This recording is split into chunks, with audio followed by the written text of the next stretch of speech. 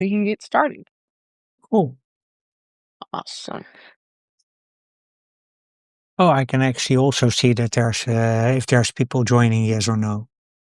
Yeah, I think you should, cause it's, like, at the like, around, like, the top right, Yeah, like, where there's, like, you see, like, the eyeball, like, yeah, like, yeah, that'll tell you how many people are in here.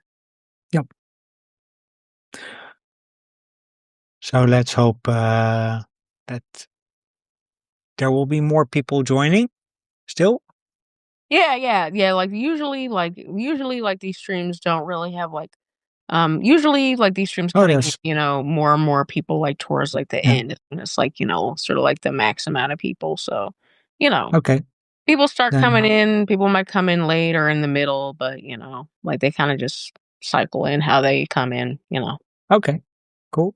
So there's now three of us. So I assume it will be five of us with the three people who have joined. So welcome. Awesome. Thanks, guys, so much for coming in. I'm gonna give it like another couple of minutes, see who else comes in, and after that, we can get started. Yep. So what's the weather like in where you live? Um, pretty sunny right now. I mean, it just snowed a few days ago, so got Oh, some snow, but it's like dry, but it's like it's like drying up, so not as much snow, but might snow again, a few days later, but this week, but and some rain, just like some days with like one day of snow, like a week, and then like maybe a day of rain, and then yeah. for the rest, then you'll have like sunny days like this one right now, and then cloudy days. We're in winter, but the snow hasn't really. I feel like the snow doesn't really like pour down probably until, like, January probably, so, Okay. How about you? Yeah, here the whole day was a bit cloudy, but it was dry most of the day, and it's actually quite warm for the time of year because it's Awesome. winter here too, and usually we have it's like I don't know how this translates to degrees Fahrenheit, by the way. So I'll do it in Celsius. It's today was about 15 degrees Celsius, so that's centigrade, and that's like really really warm. Mhm. So usually it's like maybe 5, 6 degrees or so, but we don't have a lot of snow here nowadays. So, Gotcha. Wow, that's interesting. yeah, Well, gotta go over there again. That's definitely a place, I might, yeah, really wanna go. Sounds really beautiful too, like the Netherlands, so, yeah. Especially in the spring, it's beautiful because then we have these tulip bulbs coming up from Mhm. the soil, and that's when things get really pretty in here. Wow. So Awesome, awesome. Well, definitely gotta go and check out the Netherlands when I yep, can. So, awesome, awesome. So, guys, thank you so much for coming in. Got a few more people in here. Pretty sure more people come, as we go on, but just wanted to get started now. So thank you all so much for popping into the live stream and showing up. And again, if this isn't your first live stream and you've watched some of the past ones, again, we've been doing live streams from December 1st all the way to December 12th, 12 days of expert stories. It's like a little take on 12 days of Christmas. And so like we call it like story miss. So, again, if this isn't your first live stream, thank you so much. If this is your first live stream, thanks so much for giving us a chance and checking us out. I have my friend DJ on here, and you talk about like women in tech. Is that like yeah, sort of what you do? Yeah. So like again, another like diverse perspective, that I wanted to bring onto, the live stream or show, I guess you would say. And I think he has, some really, interesting points and a really nice story to tell us. And I'm excited for him to share that with us today. Again, DJ, thank you so much for coming on. So, with that being said, um tell us about, your story, where you come from, your expertise, and how you got into what you're doing now. Okay. So I'll skip a lot of early stuff. I spent 20 years in corporate, worked for two financial services companies, then started my own business, more or less because I didn't feel like I belonged in financial services anymore. I was a bit bored with all the work that I had to do, and that was becoming very repetitive. So I wanted to start doing social media for small and mid-sized companies. Um, Started working for two startups. Both had a female founder, and both were in the medical technology space. So one did something with VR for people with a stroke. So these goggles that you can buy from Meta and from yeah, maybe also Apple, by the way. Um, and the other company actually built a medication cooler for people who have temperature sensitive medication. And in this case, this was not the cryo stuff like the COVID vaccines, but it were the insulin. Is You have to actually keep between, what is it, 4 and 8 degree, or between 2 and 8 degrees Celsius, and you have to keep store it like that for a long time before you can use it safely. And they had a medication cooler with which people could take that medication out of the fridge and to their holiday destination on a plane. Yeah, basically travel and get more, yeah, bit more freedom to go wherever they wanted to go. Now, both had a female founder, and both ended up in hot waters in terms of funding. They both had first round of funding, but that wasn't enough, so they needed a second round, and then the investor didn't come through and couldn't find other investors. So one startup was actually sold, and the other one still exists, although in hibernation, I would say. Anyway, in both cases, I was at the receiving end of what is called the startup funding gap. So only 2% of all the funding that goes into venture capital, into startups, is going to female founders. And so I experienced sort of firsthand what that means. What impact that has, because one of the invoices still hasn't been paid and still waiting for it. And yeah, that's part of the game on one hand. On the other hand, I started digging into why only 2% of the funding goes to female founders, because that was a number that it just didn't match with my brain. Because in corporate life, teams are about 50-50. Promotion chances, at least, were in the same ballpark. So the 2% to me was totally out of whack.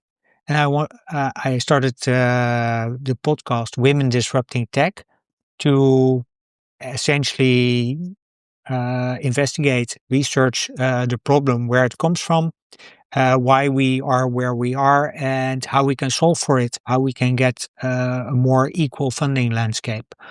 And so far, I've recorded, what is it, 131 episodes of the podcast.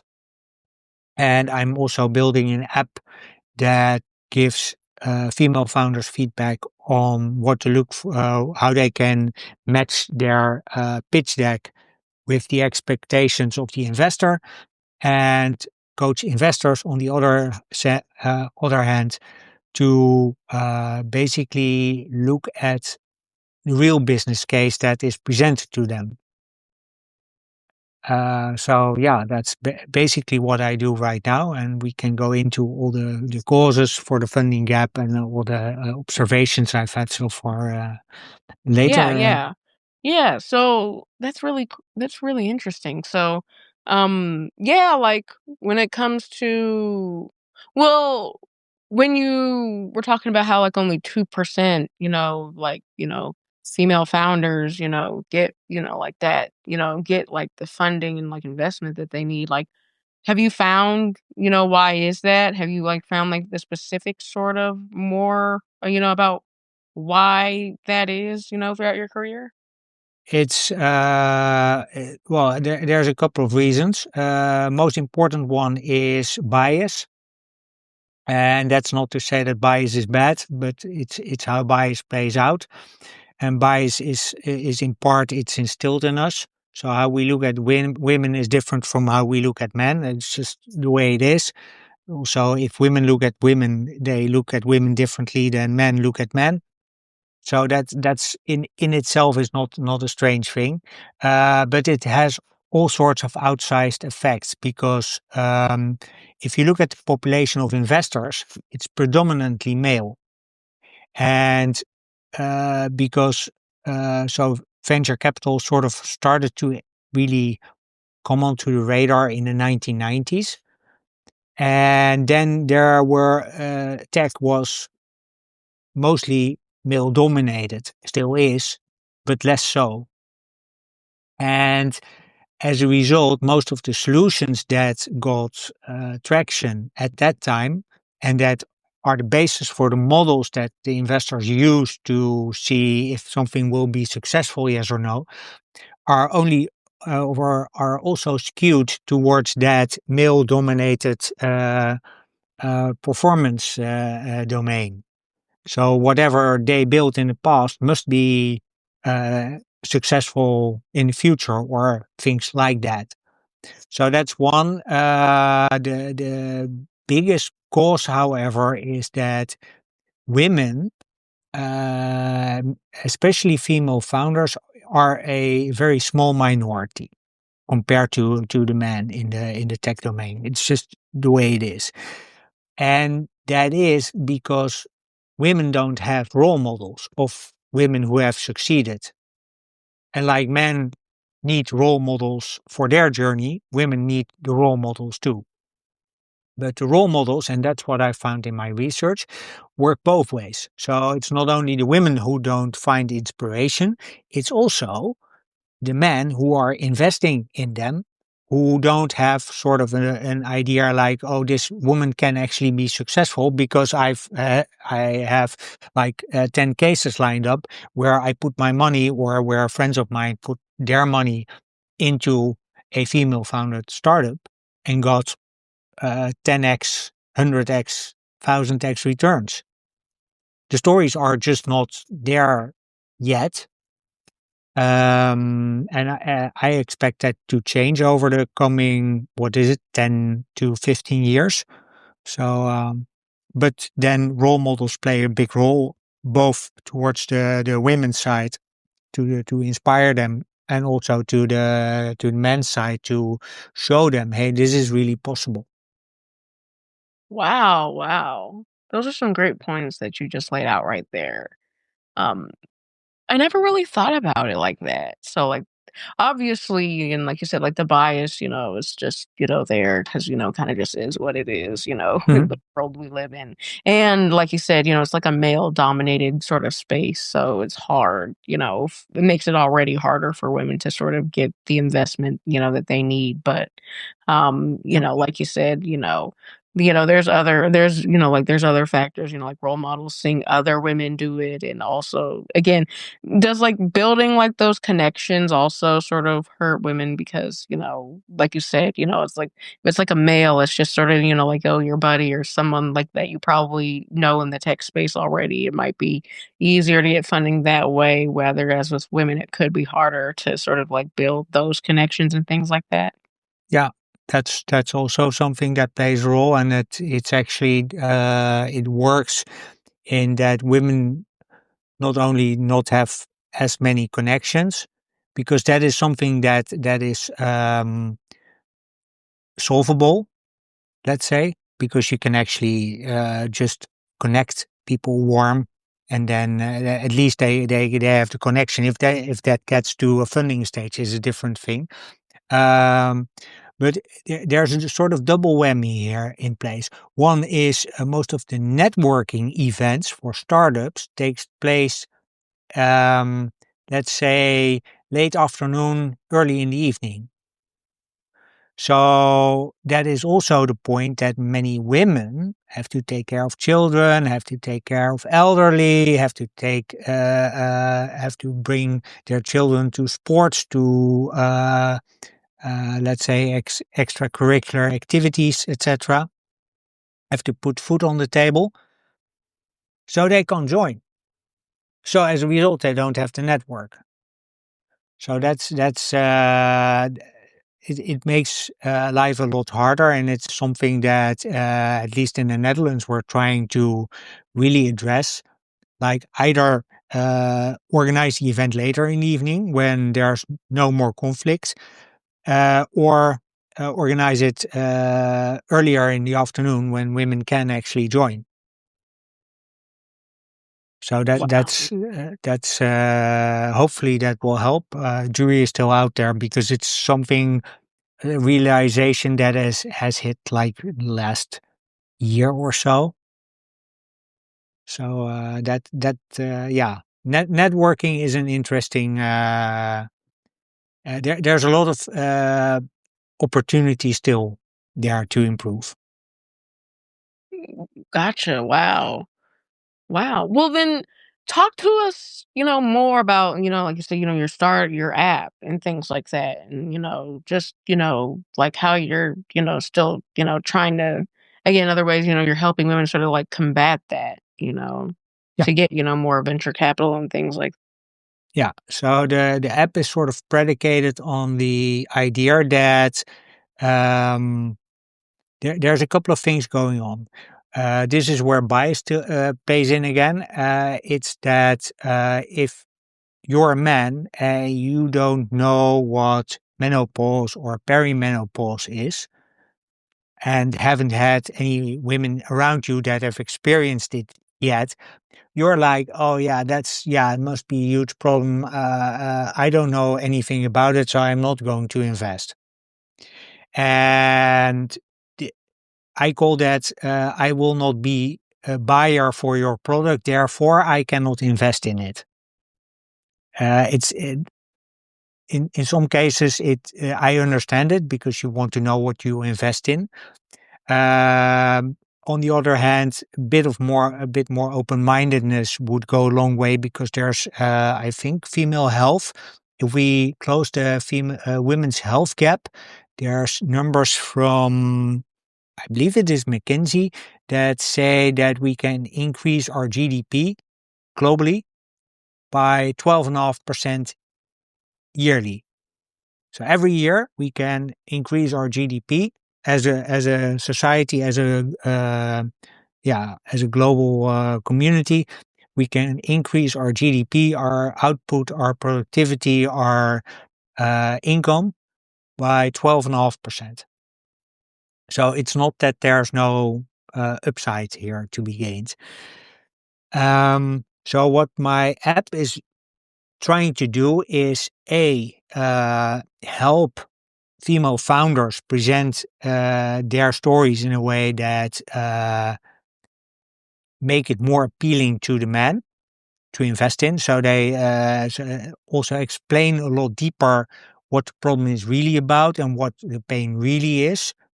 Because probably anyone in the audience who knows that knows about menopause knows that you're basically told by GPs to just grind through.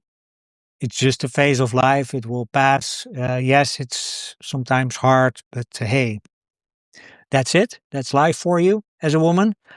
Um, Newsflash, it doesn't have to be because there's all kinds of opportunities to at least help women have a bit better time.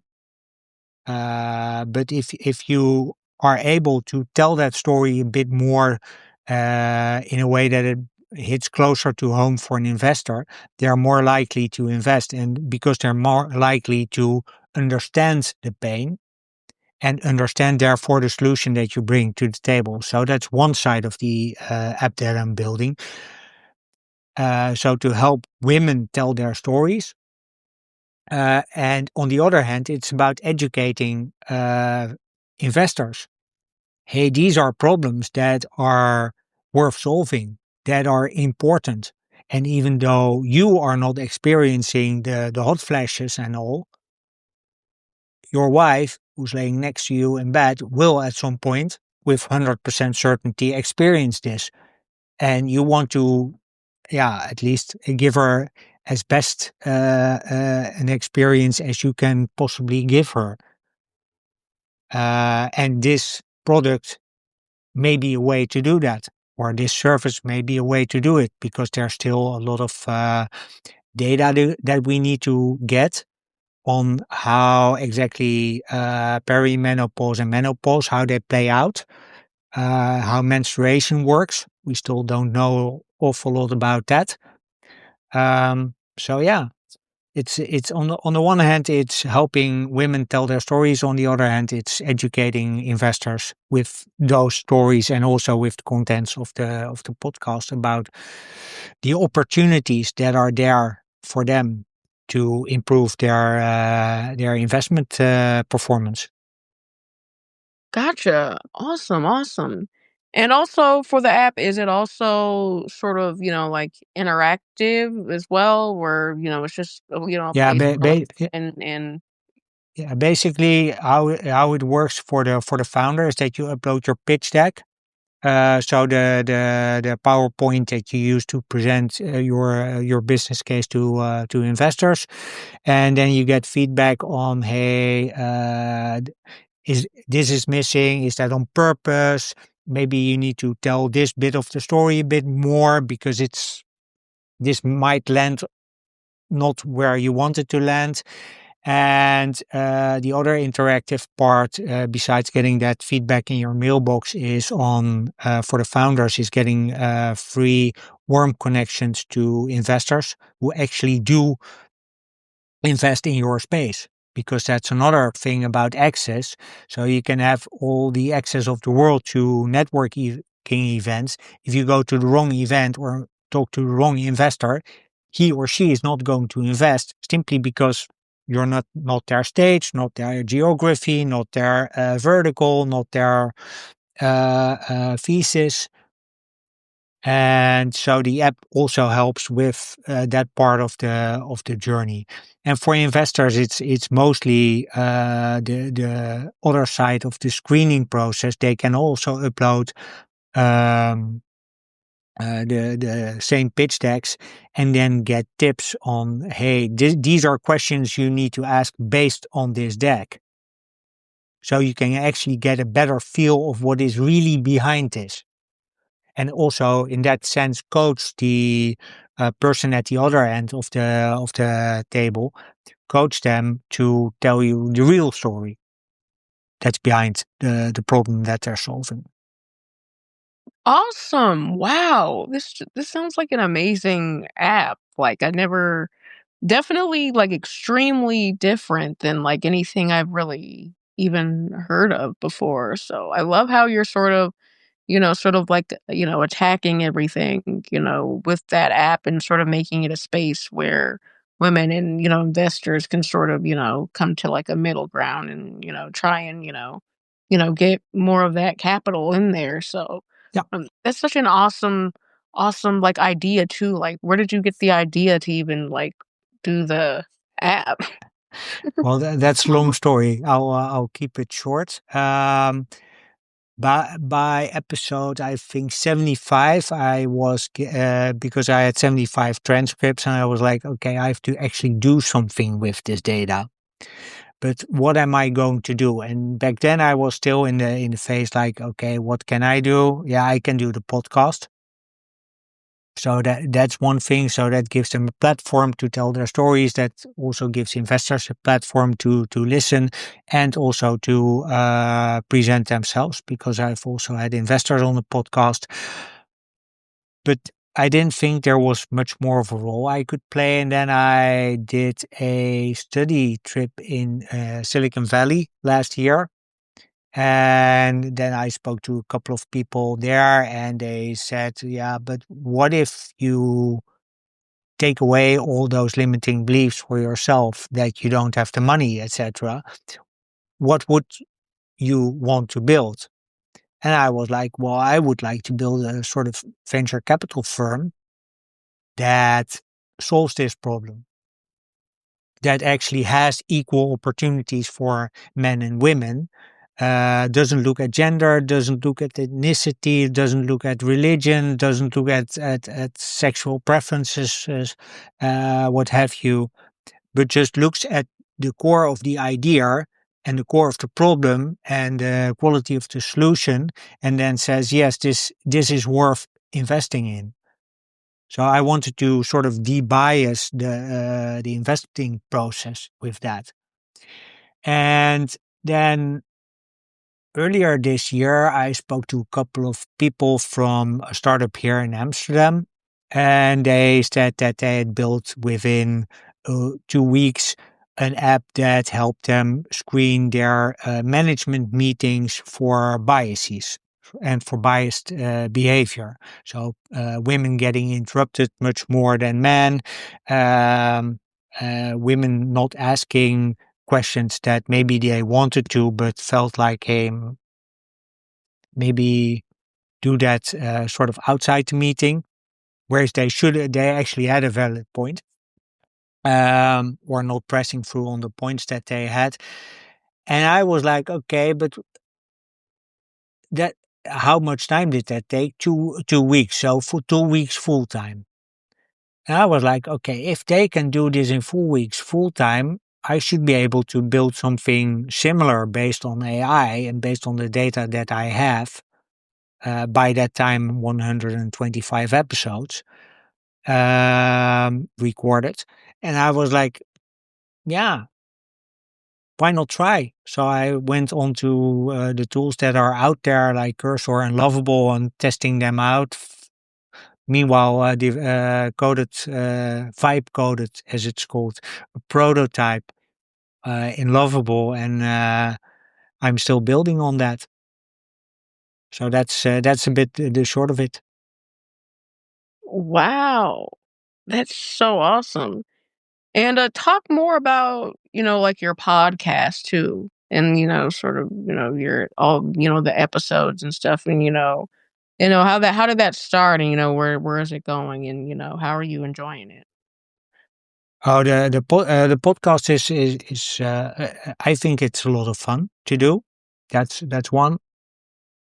Second, I've recorded 140. I'm looking at the list, by the way. 140 episodes. It started 3 years ago. Actually, with a sort of an experiment, like let's record free, see what happens. And then by episode 3, I had like, oh, I actually like this a lot. So let's continue to 6. And I had asked the first 3 guests, like, hey, do you know anyone I should interview? Got a couple of big names from the Dutch tech scene. So I was like, okay, let's try to make 10.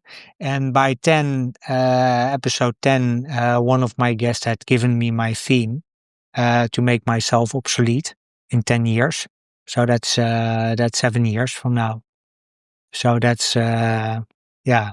Basically, in 7 years from now, the episode will, or the podcast will sort of should be obsolete, because either I have enough data or the funding gap is closed.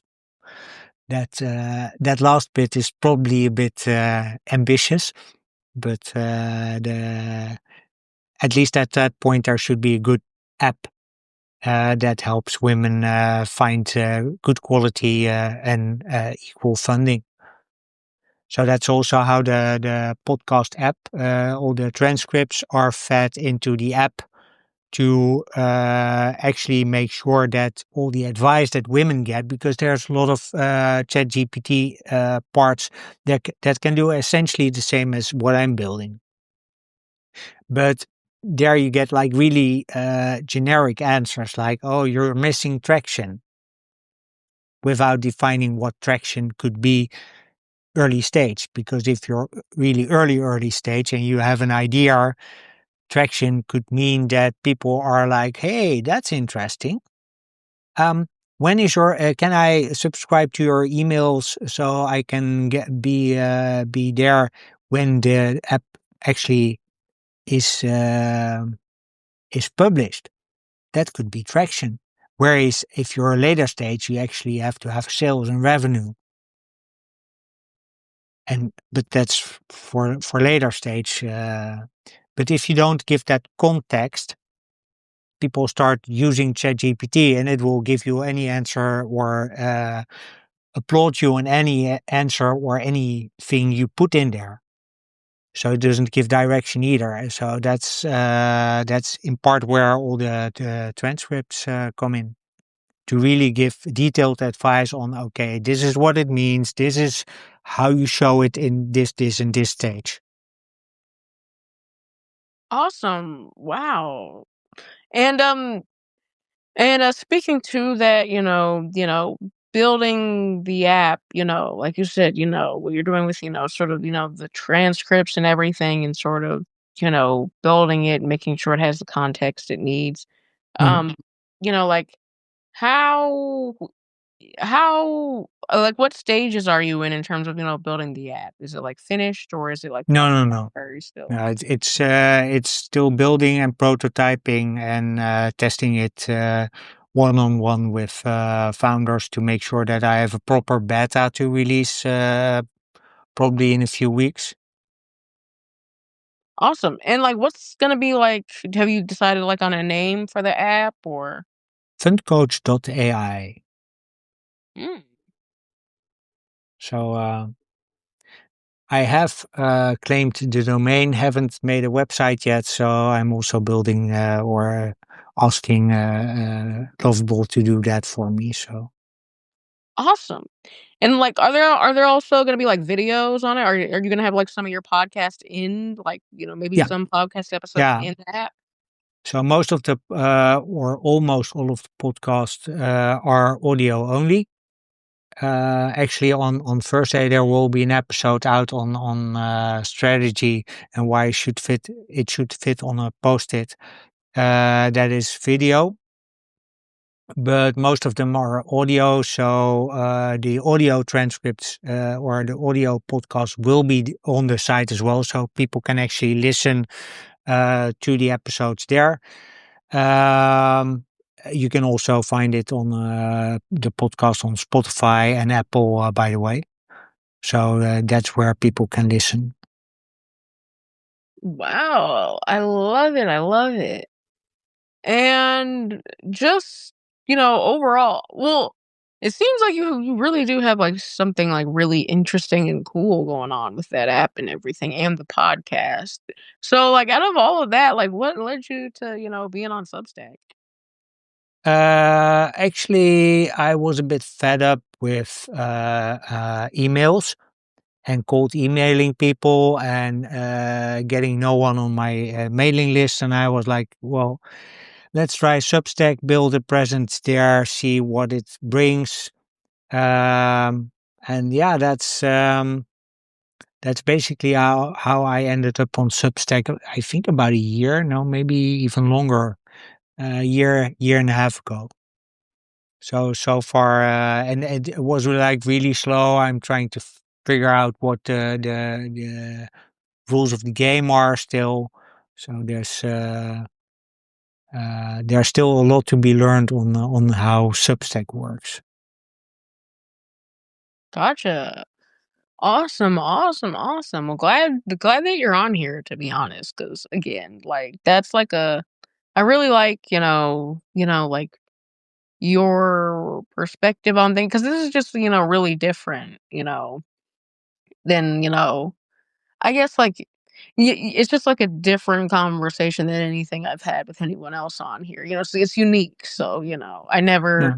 like, I think what you're doing is, is really, really amazing. And is the app, like, when it comes to the app, like, how do you plan on, making sure, you get, those, female founders and like investors and making sure it's, for them and not just, getting like anybody on there, Well, if other founders, if men want to use the app, that's fine. That that's not the app is intended to help female founders. So I expect female founders to be using the primary users of it, and investors to be the secondary users. But there's no prohibition on men trying out the app and learning from it. Also, because there's many, especially in the medical field, there's many mixed teams out there who, so mixed founder teams, men and women, who are doing a terrific job in solving problems that are plaguing women. So that's, yeah, I wouldn't want my app to be only accessible to women. What I do want is that it's used for good. So it's not something that, where it's sort of let loose without guardrails. There is moderation in place, and I will be, at least for the coming years, I will be watching the prompting, which basically steers the responses. So anything like Microsoft had, or they had some sort of Twitter clone where that went rogue because people started pumping all kinds of neo-Nazi stuff in there. That is not going to happen because I don't control what comes in terms of the questions that are asked. I do control the prompting. And by controlling the prompting, I actually make sure that I don't have contamination of outside sources. Awesome, awesome. So that's great. Sounds like a safe space too. So, that's good. That's Well, that's ultimately the intention of the app, to build a safe space for women and for investors to meet, to have real discussions on real problems. mm, love that, love that. And so like do you have like a timetable of when the app will be out or when we Yeah, can early Q1 next year, the app will be out, and then it will be in beta. So people on the mailing list will then actually join the beta and be able to test it. Um, and from there, probably, well, if everything goes according to plan, late Q1, early Q2 next year, the app will be out in app stores and also on websites, on the awesome, website. awesome. Awesome. I love that.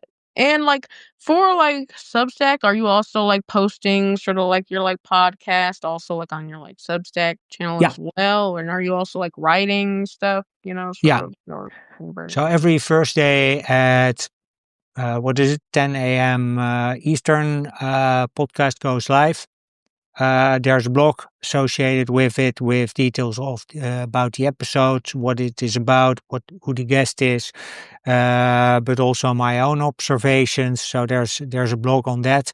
Um, there's the links to the podcast. You can listen on Substack, but you can also listen on Spotify. Links on Spotify, Apple, and YouTube. Um, so that is there. There's also a standalone blog, which is womendisruptingtech.blog, where you can find speaker bios and a bit more in-depth research into the topic as well, in terms of yeah, my own episodes and my the research that I've done into the problem that I'm solving for. Love that. I love that. Awesome. Well, thank you so much. much for this conversation. Are there any questions for DJ? Oh, I know Nick came in. Thank you so much, Nick. I'm glad you enjoyed the conversation. Thank you so much to everyone that showed up here. Are there any questions for DJ about, the app or anything? Any questions that you have on the topic in general about, female founders and investors and things like that? Any questions that you guys have? And while you guys are getting those questions together, DJ, can you like tell them, where to find you and things like that, and Yeah. where they look for you? You can find me under my own name. So Dirkjan Hupkes, Dirkjanhupkes. But you can also find me as Women Disrupting Tech. So that's Women Disrupting Tech. It's the name of the podcast. It's the name of the blog here on Substack. It's everywhere we go. Everywhere I go, it's at Women Disrupting Tech. So that's also on YouTube. It's on Apple Podcasts, on Spotify. I believe it's also on Good Pods and similar um, platforms. So yeah, pretty much wherever you listen to podcasts, you can find Women Disrupting Tech. Love that. Love that. Awesome. Awesome. Well, there are no further questions, guys. Again, guys, if you guys have any like any questions, you can always just like DM to me, and then I'll ask DJ. So, oh, Carl, you said you're gonna check it out. Awesome, awesome. Yeah, everyone, subscribe to DJ's Substack newsletter. Again, at Women Disrupting Tech. Sounds like an amazing read, and so I'm definitely gonna be Yeah. checking out that as well. And then again, look out for his app coming out. That seems like an amazing, a very interesting process. Of making. Oh yeah. Writing it confronts you with all the sort of limiting beliefs that people have about themselves. They come up during that process. I can tell you. Yeah, yeah. Sounds so it's like probably a beast, working on that. So, again, DJ, don't be afraid to, come back and like tell us, more about like the research, things that you've Yeah. learned, especially maybe after you've launched the app, tell us, about, There will be a mega blog on how that went because I'm keeping awesome. notes on that, voice notes, and that will be put in a blog. Yeah, let's call it a monster blog about Love it. my journey there. So Awesome, awesome. Well, thank you so much, DJ, again for, coming on here and, giving us yeah, that knowledge. Yeah, thanks for it's having me. my Really, pleasure. really Yeah. enjoyed this. I really enjoyed it too. It was extremely, extremely helpful and something that I didn't really have, I never really knew about. So like this was, a great learning Mm, experience for me. So, yeah. I'm so glad, that you came on. Again, thank you everyone for, coming on here and rocking with us, today. And again, DJ, don't be afraid to, come back on, open door policy for pretty much everyone, I've gone on live with. If you want to show Cool. us, more of, your findings and your research and give us more knowledge, especially about the app and stuff in the process, we'd love to, hear it again. And, lots of people enjoyed this conversation. So, we'd Yeah. love to, hear it. So don't be afraid to come back on. No, and actually, you inspired me a bit to start my own Substack lives, but that will Yeah. happen early next year to just talk through essentially the journey of building the app. Yep. Awesome. Awesome. Yeah. Document that for us. Like Yeah. we would love to, hear that. Awesome. Glad I can inspire. Thanks. So yeah, thanks for that. So yeah, there's a lot to be a lot of fun still to be had on Substack. So and again, thanks for having me. It was an honor. Also for right now 15 people to stay on.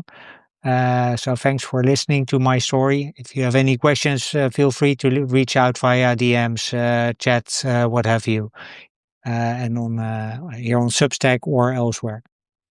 Awesome, awesome. Well, with that being said, Thank you so much, DJ. Thank you so much to everyone that joined this conversation. Again, 12 days of expert conversations.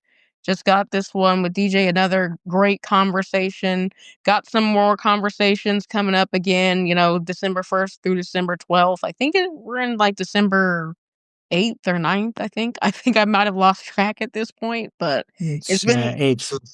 the 8th. Gotcha. Awesome. So 4 more days of expert conversations, guys. And again, Yeah. thank you all so much for attending this live. Thank you so much, DJ. Don't be afraid to come back on. Go to at Women Disrupting Tech. Go subscribe to his newsletter and, follow along his journey. I certainly will.